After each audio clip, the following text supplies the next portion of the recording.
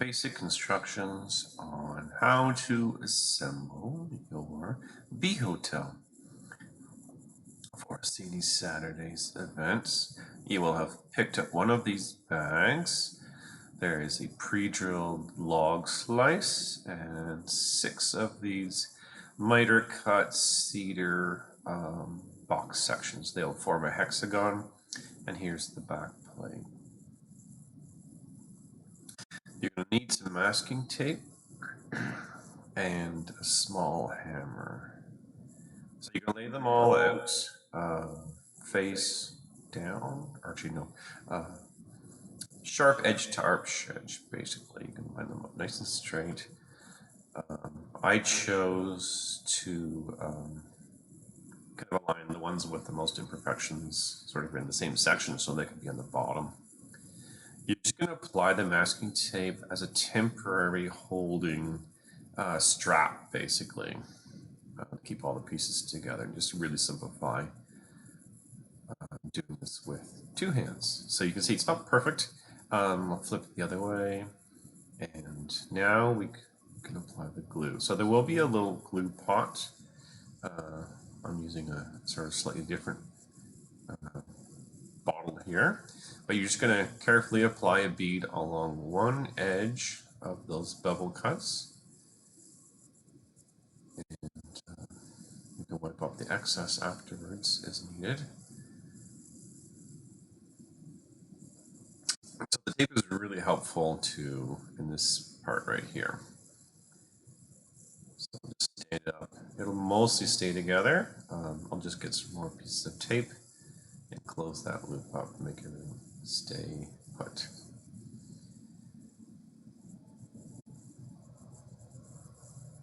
If you want it to be a little tighter, apply a piece of tape with a little bit of tension on it around the middle. If you have a ratchet strap or a belt maybe that you could cinch, that might help it even more. A string would work pretty good. All right, through the magic of cooking show type magic, instant glue and tape removal, ta-da. So yeah, you'll have to probably wait about a day or a couple hours to have that glue set. Now here we have the back plate with some little cutouts and a keyhole for mounting this bee hotel securely somewhere. And you'll have some tiny little finishing nails. Yours will be attached to a piece of tape, and hopefully you have a little hammer or mallet or a rock or something. Just wear safety glasses, obviously, if you're using a rock. A couple dabs of glue where the nails are going to go. And the reason the cutouts are there is to allow a little bit of airflow in the back edge of the bee hotel. We don't want moisture collecting there too much. Apparently bee mites can be a bit of an issue. I don't know if you noticed there was a little bit of a splatter glue there. So just make sure you're wearing some, you know, not so nice clothes or kind of an old shirt maybe. Again, I can just wipe it up with my fingers. Make your way and fill those little holes in and make sure that back plate is secured.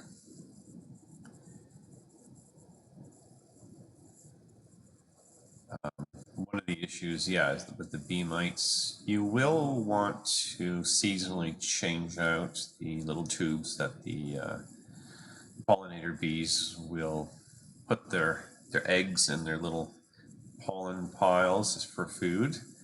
That's apparently one of the reasons for not hanging them, is that the little egg pupa bee baby can fall off the little pile of pollen and might not be able to get its food source.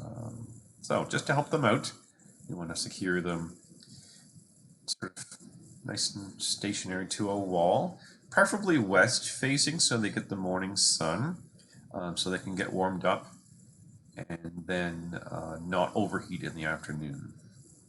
So a little bit of glue to apply our pre-drilled logs sliced there.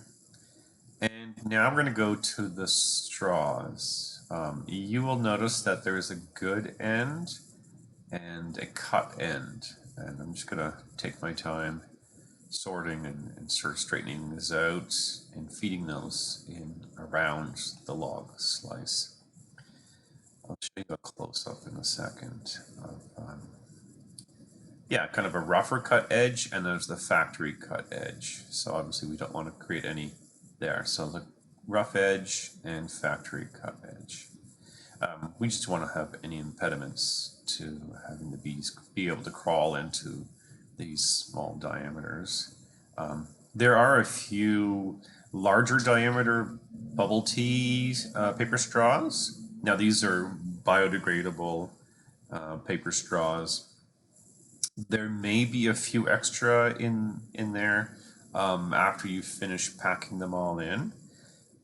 Just hold on to these and maybe continue to collect more paper straws as you use them in your favorite root beer restaurant or some such thing where they do offer those. And you just cut them in half, and there we go. So nice and lined up. Some of them will stick out a little further. I included a little bit of color in there. Hopefully it's a little bit of prettiness. Sort of referencing a flower, I guess. And obviously a bee cell, which the pollinator bees do not actually make. That's more of a honeybee slash wasp nest type architecture. So I'm going to place my fingers on either side and try to control them because I don't want them falling in diagonally. So just try and guide them in. You can use another straw or a skewer or something to help them stand up because I want them to be all vertically aligned. It takes a little bit of fiddling. You may end up wanting to doing this after you get it started, doing it horizontally, so they do lay down and they're less likely to tilt. They're getting away from me a little bit here.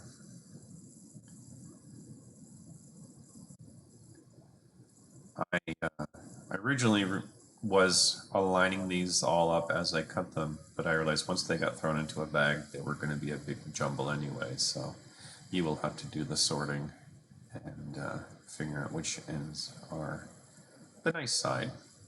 I do make a mistake here, just not paying attention, where I ended up putting the nice ends down. For some reason I inverted it here, and I'll have to decide, do I just continue with that? But you will see, I do dump those out and sort of keep on working. So this is a little bit not quite tedious part, but this is the sort of the real work of the thing. So each of these will hold a bunch of different little bee babies. They'll make a little pile, lay an egg, and then come back and add some more in different depths. Yeah, here I'm deciding. Okay, what do? I'm going to dump some of these out. Yeah.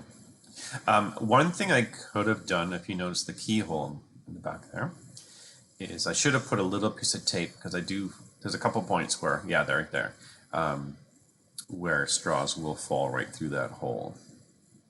So just make sure when you're using a screw that it's big enough to be captured by that top notch, and you'll just sort of fit it through the large hole and then slide it down, and it should hang secure against the wall.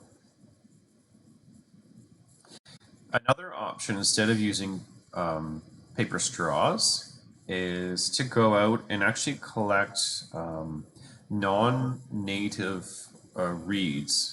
The ones with the really feathery tops are actually an invasive species. And if you go out with some pruning shears or some kitchen scissors, you can collect some of those. Just leave the seed heads right where they are, that we're not spreading this the species around. And you can cut them and use them. They're all, just double check that they're clear all the way through. And that's kind of a nice natural way to create these nice little tubes. Slightly different diameters, of course, but that is another cool option if you want to think of that during the year, probably towards the fall when they're drying. Give it a little shake, line them up, and we'll see how they look there. So there's a little bit of gap at the top. We're going to want to pack these nice and tight, and so that way none of them are gonna fall loose. As I was piling them together, I think I did get some small straws in some of the larger diameter straws. That's okay, they'll fall out as I tip it forward later on to test. So shake them, pack them down, fill in that space. And basically I sort of give it a little tap, give it a jog, and try and get them all in there nice and secure. And until I don't find any little spots where I can, squeeze another straw, I just keep going at it, and just make sure they're nice and tight in there. I don't want to squish them necessarily, make them non-round, but I just don't want them falling out either. Now you notice that these straws are a little bit deeper into the box. That's partially to protect them from rain. We don't want them getting mushy and squished. It might be best to also hang this under an overhang where it is protected from the more extreme weather. Obviously, if the rain's coming sideways, there's not much you can do about that. There we go. So dump it out. Some of them did fall out. Some of them were in the larger diameter straws, and that's okay. So I just sort of poke and prod with my fingers and try and find a gap and push them in there. So hopefully this has been a fun project for you. We can all learn and watch and see the little creatures come and use these hopefully. And they'll help pollinate all the flowers for fruit and just the continuation of all the different plants around us. We don't really think about too much. So hopefully you have a good seedy Saturday. And you can always replicate this project with another box or enclosure and do the same thing. You don't have to have this kit exactly. So yeah, there's a little bit of overhang there, some color. Thanks a lot.